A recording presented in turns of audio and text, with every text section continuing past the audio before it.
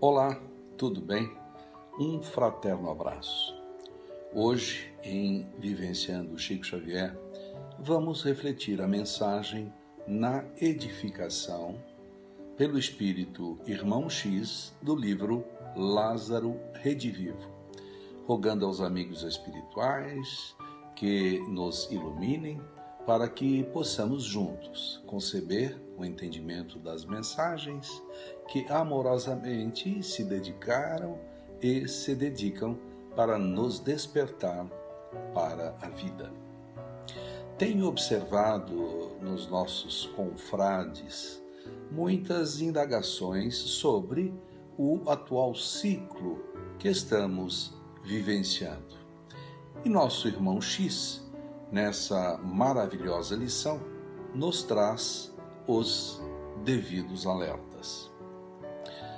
Os ociosos de todos os tempos sempre encontram infinitos recursos para escapar ao círculo das obrigações que lhes competem. Comumente estão queixosos e desalentados.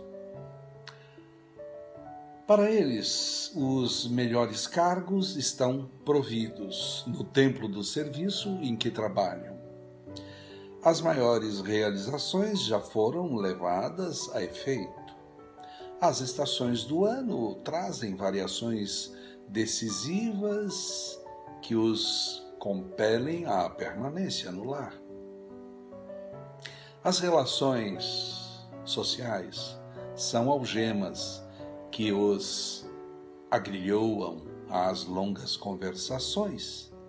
Os menores sintomas de enfermidade constituem ensejo e dilatadas teorias sobre diagnoses diversas.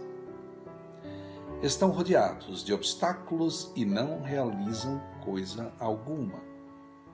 Gastam fortunas para que ninguém os aborreça e, se alguém lhes pede contas dessa ou daquela edificação, explicam que não tiveram sorte. Essa sorte por eles transformada num gênio cego que distribui os favores divinos à torto e à direito. Assim acontece igualmente no campo das realizações de ordem espiritual. É incontável o número de pessoas que se aproximam das fontes espiritistas, afirmando-se desejosas de iluminação.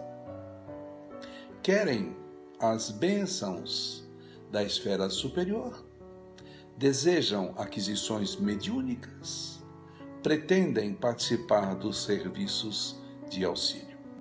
Entretanto, em todos os cometimentos do progresso legítimo, o problema da construção não se resume à palavra.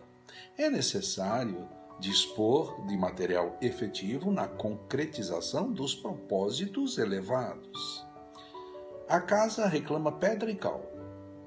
A ferrovia pede trilhos adequados. A usina solicita aparelhagem. Se na vida física há necessidade do aproveitamento de recursos vivos e substanciais, como dispensar a boa vontade e os valores do homem nas edificações do espírito?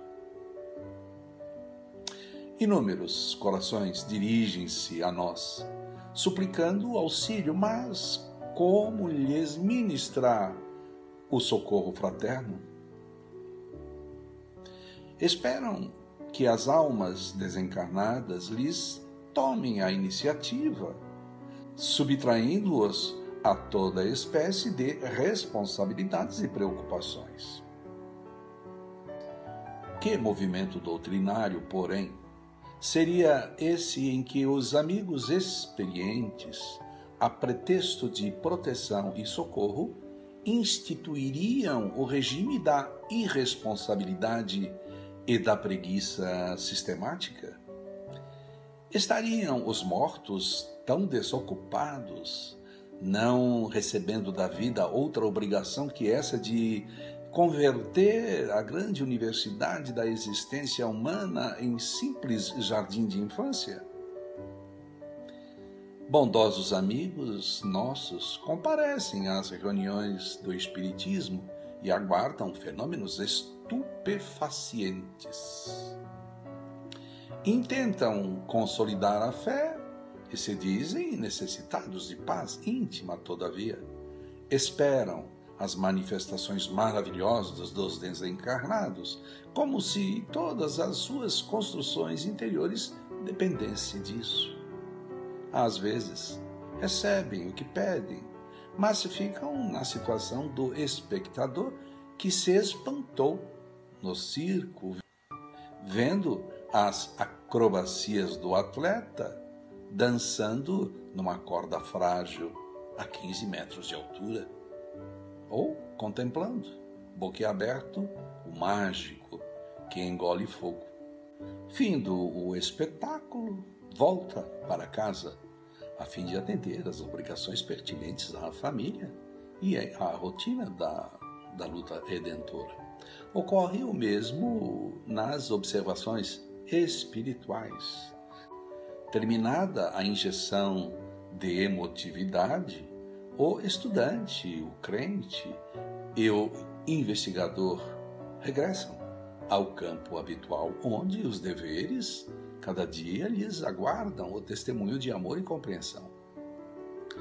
Daí essa necessidade de renovação do pensamento que os desencarnados esclarecidos apregoam.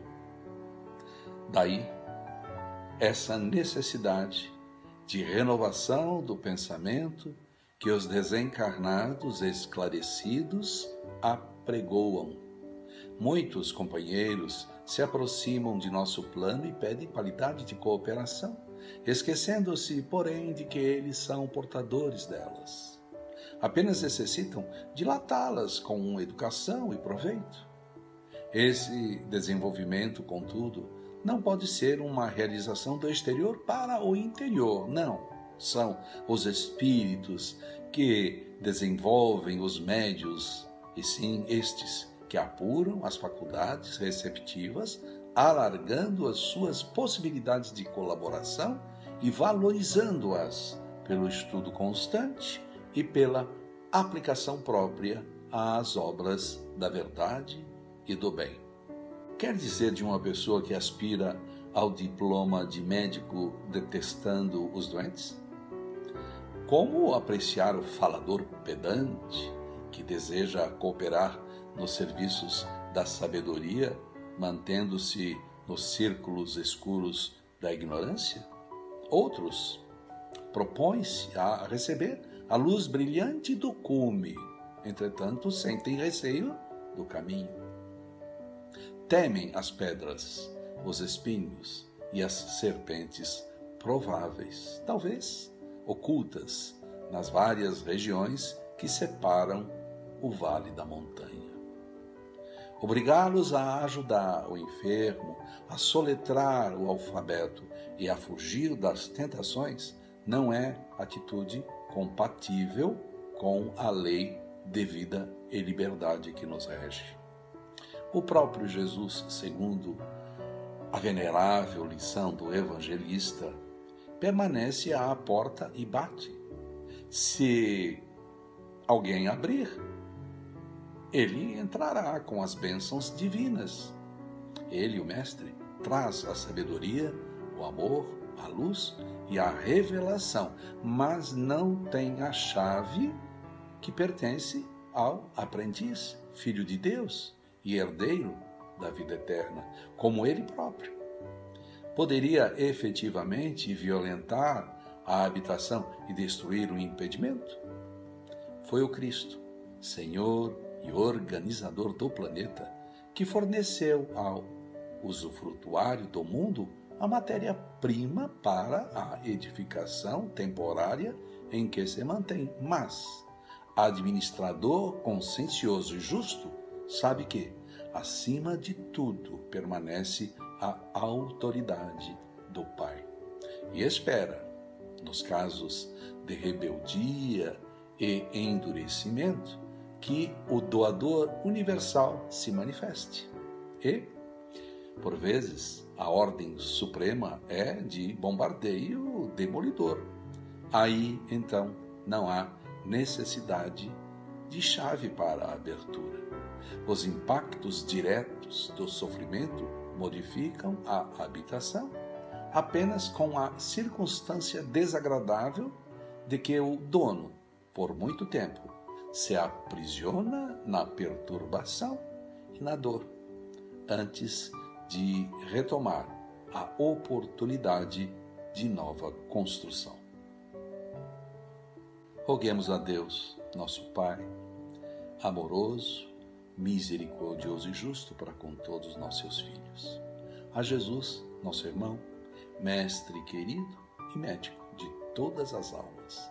Aos nossos amigos espirituais, que amorosamente e pacientemente nos auxiliam nessa nossa caminhada na presente encarnação, para que sejam despertadas as leis de Deus que estão em nossas consciências e tenhamos a vontade de trabalharmos pela conscientização dessas leis.